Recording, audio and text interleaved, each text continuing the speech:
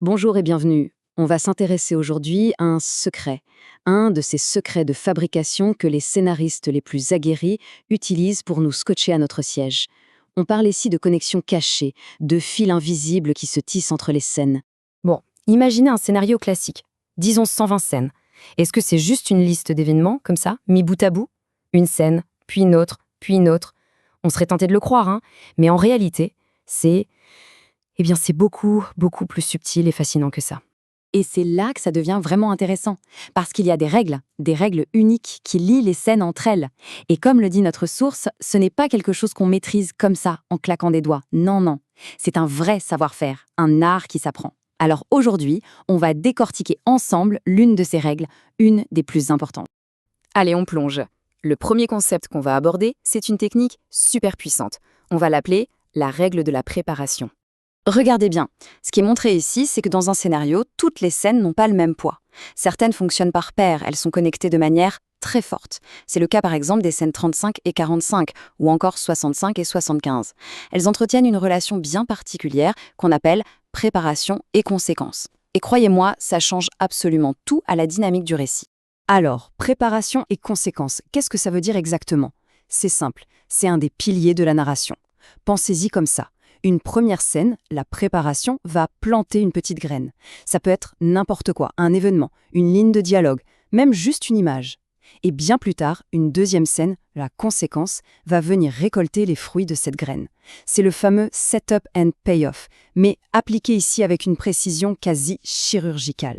Bon, passons à un exemple concret pour que ce soit bien clair. On va se pencher sur la toute première paire, celle qui est la plus importante pour commencer, la scène 35 et la scène 45. Et attention, parce que celle-ci, c'est la connexion la plus fine, la plus délicate de toutes. Donc, la préparation. Scène 35. Imaginez, un personnage fait tomber son sac de course, et des pommes se mettent à rouler, à dévaler une colline sans fin. Bon, sur le moment, on se dit, ok, des pommes qui roulent, ça a l'air de rien, juste un petit accident, un détail pour faire joli, n'est-ce pas? Mais attendez, 10 scènes plus tard, scène 45, on apprend qu'un proche de ce personnage tombe gravement malade. Et là, d'un seul coup, l'image des pommes qui dégringolent de manière totalement incontrôlable prend une toute autre dimension. Ce n'était pas juste un accident, c'était un présage, une métaphore visuelle hyper puissante de la perte de contrôle, de la tragédie qui s'annonce. Et le truc, c'est que ce n'est que le début. Cette technique, elle gagne en puissance au fur et à mesure que l'histoire avance. Voyons comment cette idée de conséquence va devenir encore plus percutante.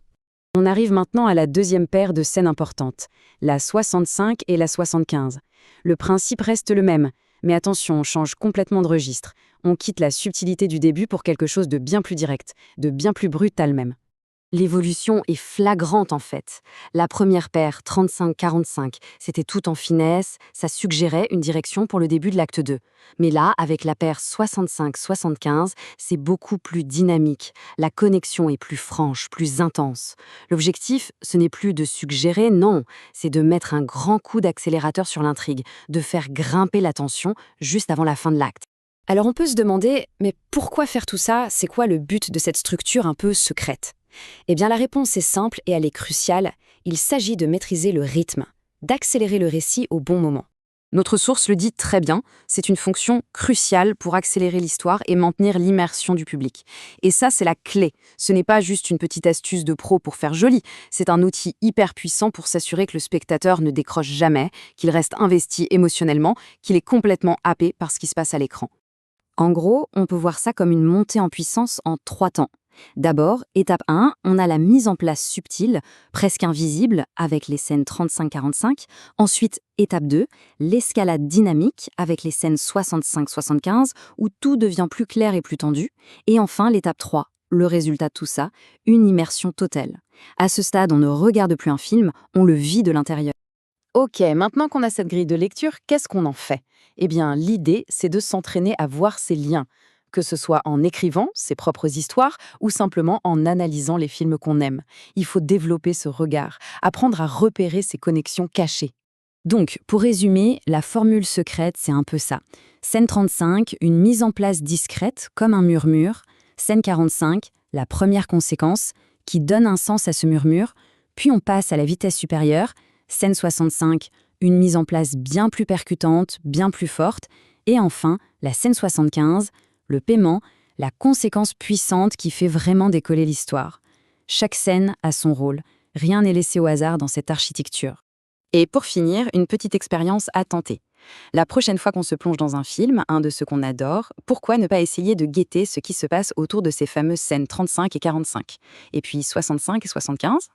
On risque d'être vraiment surpris, de découvrir des connexions, des couches de sens qu'on n'avait jamais vues avant.